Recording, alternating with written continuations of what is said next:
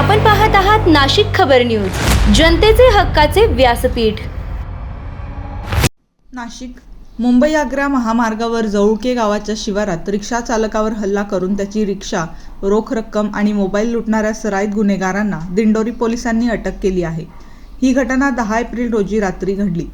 Nashik road येथील छत्रपती शिवाजी महाराज पुतळा परिसरातील रिक्षा स्टँडवर उभ्या असलेल्या चालकाला आरोपींनी गरवारे 10वा मैल येथे जाण्याचा बहाणा करून रिक्षामध्ये बसवले।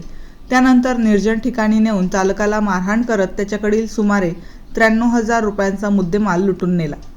या घटनेनंतर डायल 112 वरून माहिती मिळताच दिंडोरी पोलिसांनी तात्काळ तपास सुरू केला। सीसीटीव्ही फुटेज, तांत्रिक विश्लेषण आणि गोपनीय माहितीच्या आधारे आरोपींचा माग काढण्यात आला। आरोपी रेल्वेने प्रवास करत असल्याची माहिती मिळाल्यानंतर देवळाली कॅम्प रेल्वे स्थानक परिसरात सापळा रचण्यात आला। या कारवाईत पोलिसांनी इरफान उर्फ पत्रा शेरू सय्यद आणि जावेद सलीम पठाण या 2 आरोपींना अटक केली असून नवाज मंसूर शेख हा आरोपी फरार आहे। अटक आरोपींकडून चोरीस गेलेली रक्कम आणि रिक्षा जप्त करण्यात आली आहे। दरम्यान अटक आरोपी हे सराईत गुन्हेगार असून त्यांच्यावर यापूर्वीही अनेक गुन्हे दाखल आहेत। विशेष म्हणजे जावेद पठाण हा हद्दपार असतानाही नाशिकमध्ये आढळून आल्याने त्याच्यावर स्वतंत्र गुन्हा दाखल करण्यात आला आहे। ही कारवाई पोलीस निरीक्षक भगवान मथुरे यांच्या मार्गदर्शनाखाली दिंडोरी पोलिसांच्या पथकाने यशस्वीरित्या पार पाडली आहे।